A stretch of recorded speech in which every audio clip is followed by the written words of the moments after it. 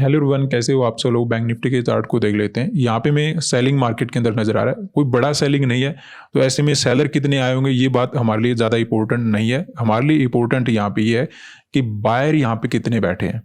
क्योंकि क्या होता है कि हमें लगता है कि किसने बाय किया होगा, मार्केट तो नेगेटिव नजर आ रहा है, लेकिन ये तो छोटा सा सेलिंग है। ओवरऑल अगर आप देखो तो मार्केट गैप अप है, ओवरऑल अपने आप ऊपर होल्ड करने की कोशिश कर रहा है।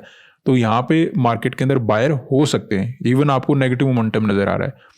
लेकिन अगर हमें फ्लैट टू गैप अप मिल जाए तो फिर एक हद तक मान सकते हैं कि मार्केट को पता है कि ज़्यादा लोग यहाँ पे काम वगैरह नहीं कर पाएंगे। तो ऐसे में हम मार्केट के साथ ही चलेंगे, बाइंग साइड के सेटअप को आइडेंटिफाई करना प्लान रखेंगे।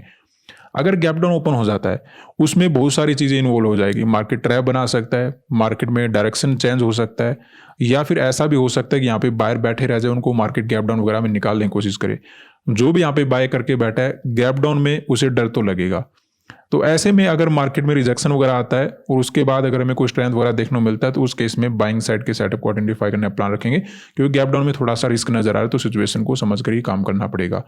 55,900, 55,700 दो रेजिस्टेंस अवेलेबल हो सकते हैं। 55,000, 54,700 दो सपोर्ट अवेलेबल हो सकते हैं। ऐसे में अगर हम बात करते हैं निफ्टी के चार्ट की, तो यहाँ पे ओवरऑल हमें सेलिंग देखने को मिला। अब देखिए जिस प्रकार का सेलिंग यहाँ पे हमें नजर आ रहा है, काफी कम चांस है कि यहाँ पे बायर अपनी पोजीशन वगैरह होल्ड करके गए होंगे। ऐसे में यहाँ पे सेलर वगैरह भी हो सकते हैं, क्योंकि राउंड नंबर के नीचे ही मार्केट ने क्लोज किया। तो flat to gap up case में बाइंग साइड के सेटअप को आइडेंटिफाई करने का प्लान रखेंगे। छोटे मोटे गैप डाउन में ज्यादा रिजेक्शन वगैरह नहीं होना चाहिए। अगर मार्केट अपने आप होल्ड वगैरह कर पाता है तो वहां पर भी अपना सेम प्लान रहेगा। क्योंकि अगर यहाँ पे बायर होते, जैसे बैंक निफ्टी में हो सकते हैं बायर, वहां पे रिजेक्शन वगैरह के चांसेस बढ़ जाते हैं। लेकिन यहाँ पे अगर होल्ड करता है तो हमें समझ जाना चाहिए, फिर तो मार्केट के अंदर कुछ बात अपनी बन सकती है। अदरवाइज रिजेक्शन वगैरह आना शुरू हो जाता है, फिर समस्या कुछ अलग है, वो हमें समझ में आएगी नहीं। तो यहाँ पे थोड़ा होल्ड वगैरह कर स्ट्रेंथ वगैरह नजर आए गैप डाउन केस में, तभी हमारे लिए बेटर हो सकता है। 24,142, 24,062 रेजिस्टेंस अवेलेबल हो सकते हैं। 23,900, 23,840 दो सपोर्ट अवेलेबल हो सकता है। गैप वगैरह मिल जाता है और भी हमारे लिए ठीक ही रहना चाहिए। ऐसे में अगर हम बात करते हैं सेंसेक्स में, तो यहाँ पर भी हमें सिमिलर पैटर्न बनता हुआ नजर आ रहा है, कंटिन्यूस सेलिंग है। तो ऐसे में ज्यादा लोग बाय वगैरह नहीं करके गए होंगे, क्योंकि मार्केट के अंदर सेलिंग एक्स्ट्रा नजर आ रहा है।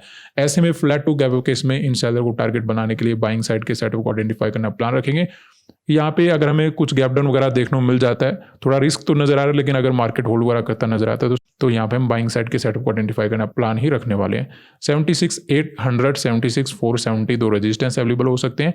76,000, 75,770 दो सपोर्ट अवेलेबल हो सकते हैं। फर्दर जो आपको ट्रेड करना होता है आने वाली चार्ट को जरूर देखिए। धन्यवाद।